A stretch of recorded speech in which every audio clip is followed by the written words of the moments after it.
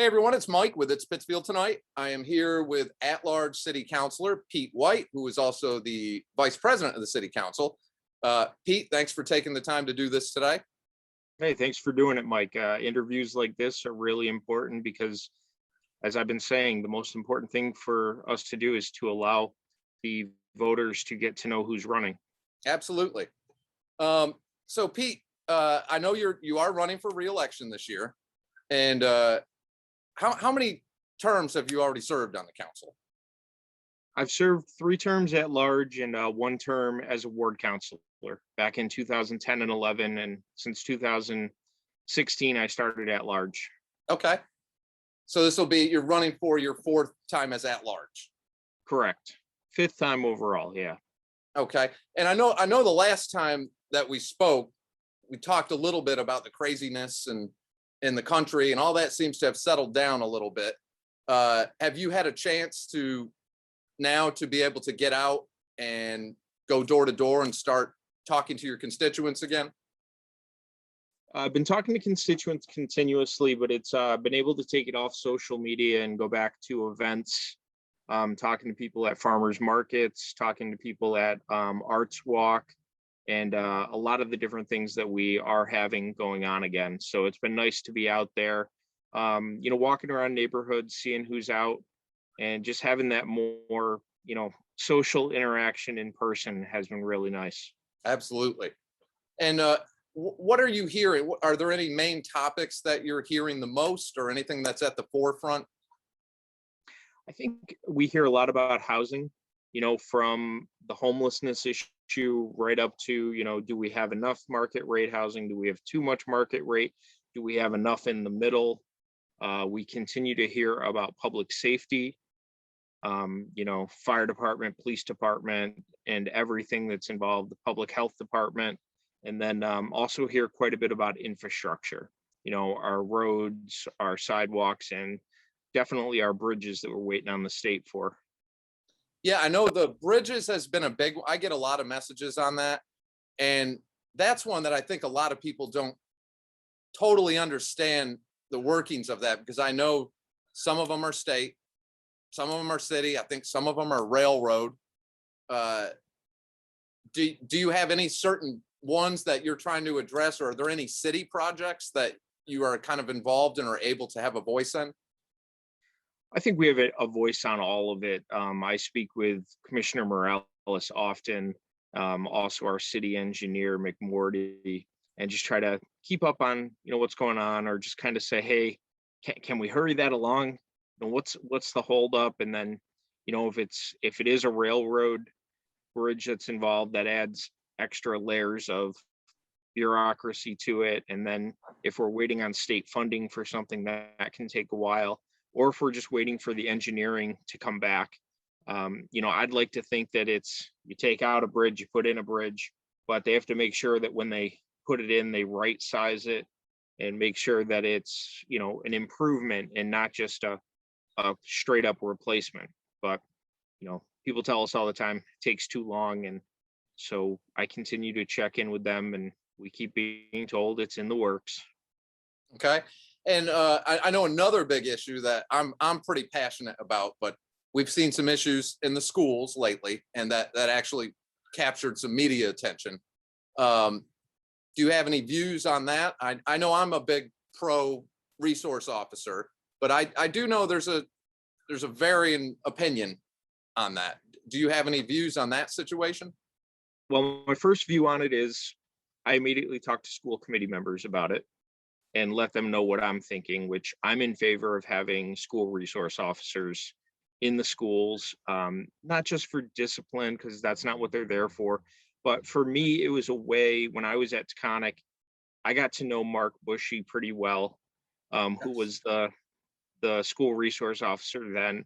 And I think for some students, if they've had bad interactions with the police, it's a chance to have a different interaction. I know if we see SRO row out, in the community, I've seen people come up to her at football games and different things, to where, they're just like so happy to see her. So I think it's a good way for students to be able to interact with an officer so they can see a different side of what's done. And then if they are needed in the school, they're there. I know overall it's been trouble. We've had trouble attracting officers to Pittsfield.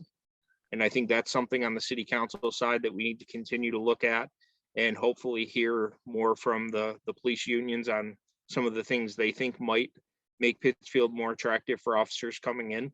Because if we can't, get up to that number that we're budgeted for, it's really difficult for the chief and his administration to then, put officers on special details. But I think Right. we definitely need to get there. And I would encourage the school committee to have SROs. I heard that they're doing a study to see exactly what the impact of SROs are.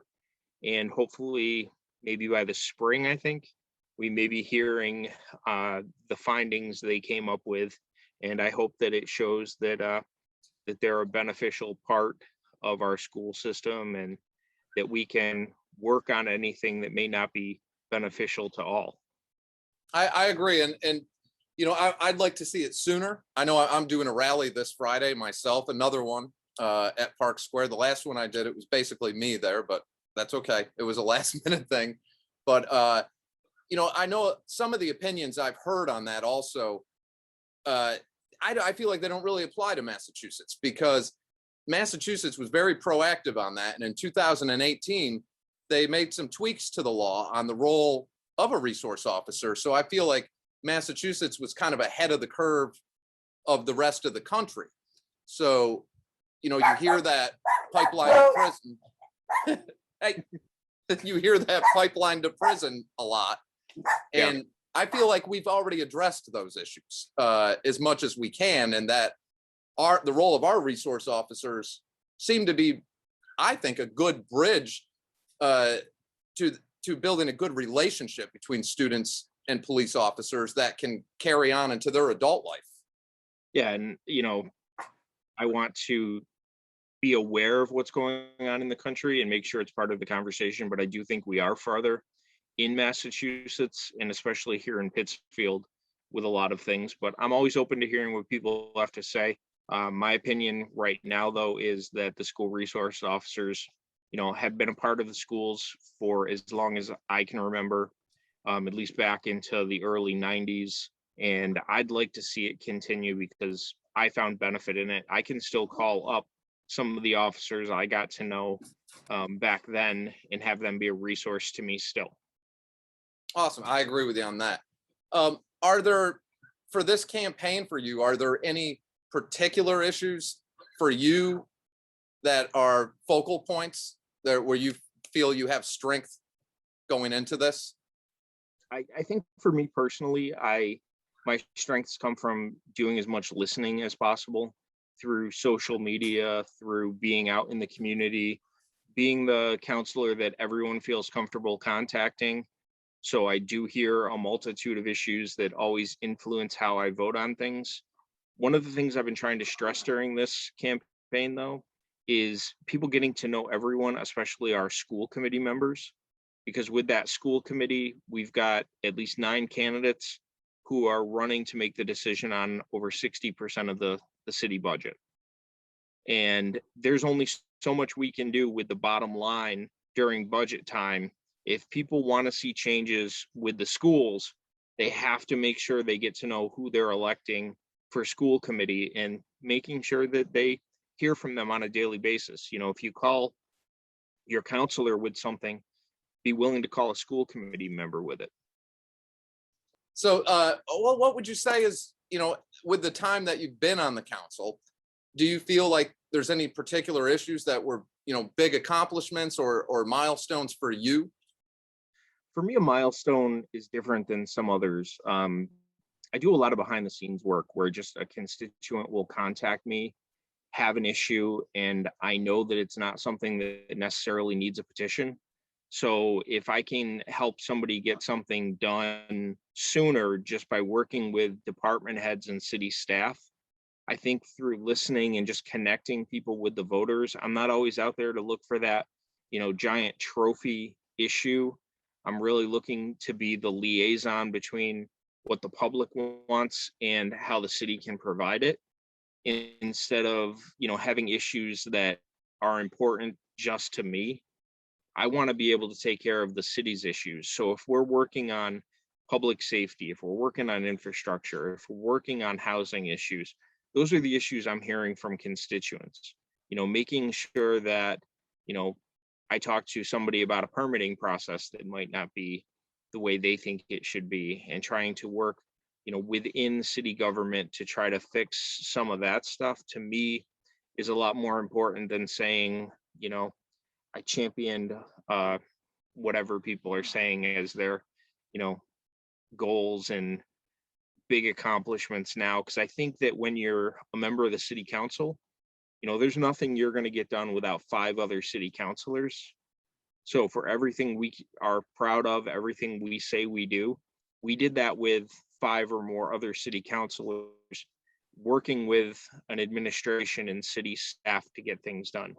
And, our votes encourage things to happen, and hopefully we create the climate to have things to continue happening, whether it be, saving St. Mary's and having housing, recently saving the Tyler Street fire station and having that become housing, and then hopefully working towards and continuing to push for, moderate to workforce housing where we're seeing needs, working towards having single room occupancy locations for people who need that type of housing, working towards supported housing, so we can get people who are currently without homes into homes and having wraparound services.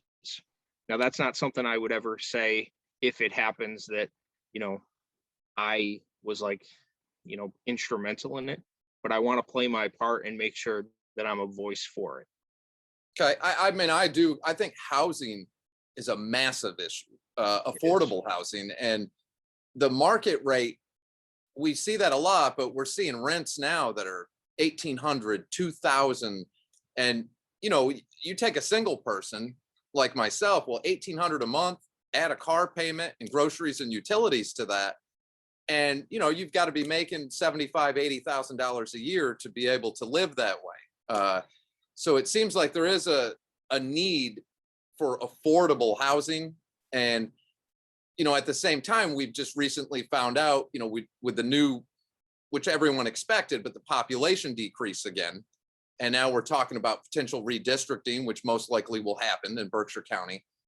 Do you feel that the housing is one of the main issues more than employment as far as the population decrease? I don't know if housing, I think it's all symbiotic. If you don't have a job, you're not going to be able to afford a house. And I think that we need to increase our amount of affordable housing for sure. I don't think that's necessarily part of the decrease. Bigger companies leaving, like when GE left, that had a huge impact on it. But we just have people moving around, and we have people retiring and going away. We need to do things to, attract people, now younger than us to stay here. We need to make sure our schools are good. We need to make sure our streets are safe. And we'll see where the numbers work out as far as losing a rep or something. That could be, something that's more county-wide. That might not be necessarily just in Pittsfield, but, we have improvements that we have to make. And we're only going to make them by listening to the people who have been here and also listening to new people who want to be here. Right. Because I do hear now from a lot of the business owners, just about every single business is hiring. And the wages are pretty good, but it seems to keep boiling back to there's no place for people to live. So we've even had one of city council candidates that withdrew this year because he couldn't find a property in Pittsfield. And when he finally found something, it was just outside of Pittsfield, and they had to move on that. So I felt like, I personally feel like the housing kind of is more of a crisis than employment, which it's having that back effect on the businesses. They're having a hard time retaining employees. Yeah, it's all things that we need to be looking at. And, at one point we had 68,000 people here. So we have housing. We just have to figure out how do we make it so it's at the level that people can afford, and it's also housing stock that they want to be in. So, things like the at-home program, other programs through the community development office that allow people to upgrade their homes. We need to be looking at things like that, and then, getting work for contractors as well. Even though we know it can be hard to get a contractor sometime because they're busy, but there's no simple solution. I'm hoping that we can use some of the American Rescue Act money for that, and that we see some of that ARPA money help alleviate some of those housing issues so that people can be here and stay here. Now, I feel like in closing, a big thing that I wanted to mention real quick is when you talk about the rescue fund, it's close to 40 million or 40, whatever, right around the 40 million mark coming in. And I know there's a lot of things that have been talked about, projects that are going to be coming up shortly. We're discussing a new police department. We're discussing our police station, a new, or dealing with the high school situation. That's something that's continually talked about too, with the population decrease. And we have this big, beautiful, brand new school, and we have an outdated school that needs a lot of work. Do you feel going in, if reelected, going into this term, that there's going to be, between all that and the wastewater treatment plant, and there's going to be more on the table than you've seen in the past? There's definitely going to be more going on with those fundings, but also hopefully with State Auditor Suzanne Bump looking for other ways to get more money into Western Mass. I'm hoping there are more opportunities through her office and through her push for the new police station, but also, working with the School Building Needs Committee to see about what's going to happen. But that's also dependent on, for the schools, who do we elect as our school committee? Right. And they're the ones who are going to be having those discussions. Counselors can put their input in, but they're the ones going to be taking the votes for it until it comes to us for funding. So I'm really hoping people get to know the candidates running for school committee. I want them to know who's running for city council as well. The best I can do is continue to be approachable, accessible, and dedicated to Pittsfield, always willing to listen, and willing to come on to shows like yours that get information out to people and to be answering the questions people have. I just plan to be there for people.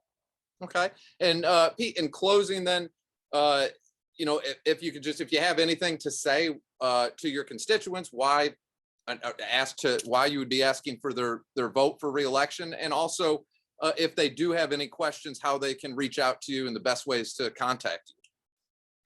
The best ways to contact me, people can email me at pwhite@cityofpittsfield.org. They can call me 464-9044. You can get me on Facebook, whether it's my personal page or my city council page. Stop me in the supermarket, stop me at farmers markets, say hello. I want to be, it's more than a slogan for me to be accessible, approachable, and dedicated to Pittsfield. It's the only reason I'm doing this. I have nothing to gain personally from being on the city council. I just want to be a liaison for the people, as I have been, and try to keep our city moving in a direction that allows us all to have a good quality of life.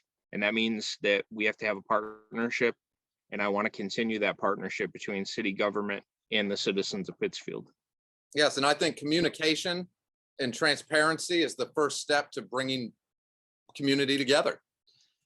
Communication is huge. None of us get our news in the same place anymore. So we have to continue to say the same things in like 4 different places and hope someone catches it. So I appreciate you for, being one more outlet for people to be able to get some of this news from, because not a lot of people even know that there's an election on November 2nd. They don't know that, that I'm looking for one of their 4 votes for councilor at large. The ward councilors are looking for votes, city clerk's looking for votes, and the school committee is looking for votes this year. And yes, and it all depends on the people who come out to vote of who gets elected. So it's all in the people's hands. Okay. And I don't know if you're doing anything this Friday, Pete, but if you aren't, from 5 p.m. to 6:30 p.m. I'll be standing up at Park Square, hopefully with some others, in support of school resource officers and just overall safer schools, and continue that conversation. So I hope to see you there. We'll see. And I also encourage people to go to the open mic of the school department or the school committee and let them know there as well. Yes. Okay. And when is that? Thanks for school committee is, I believe they're on Wednesday nights, maybe the first and third Wednesday nights, but it should be on the school Pittsfield.net website. Oh, and one last thing real quick. As far as I've got a lot of questions on this about the Halloween parade. And I don't know if you have any insight on this or what happened, but a lot of people were kind of confused. And I wondered, did the work that's taking place on Tyler Street or any of that play a role in this? Or I have not heard directly. I think it could have been just having people in close contact, could have been an issue with that. I think it could have still been done with what the Tyler Street current configuration is. With some modifications. I know Becky Manship would be the person in the community development office to talk to about that, but they could have made a few changes and tweaks. I've worked on it in past years. I think it could have happened then, but hopefully we see a return for it next year. Okay. And Pete, I hope to be able to get you back at least one, maybe two more times before Election Day. Hey, anytime, Mike, and look forward to catching up with you on music and other topics as well. Absolutely. All right. I thank you again, Pete, and I will talk to you very soon. All right. Have a good one.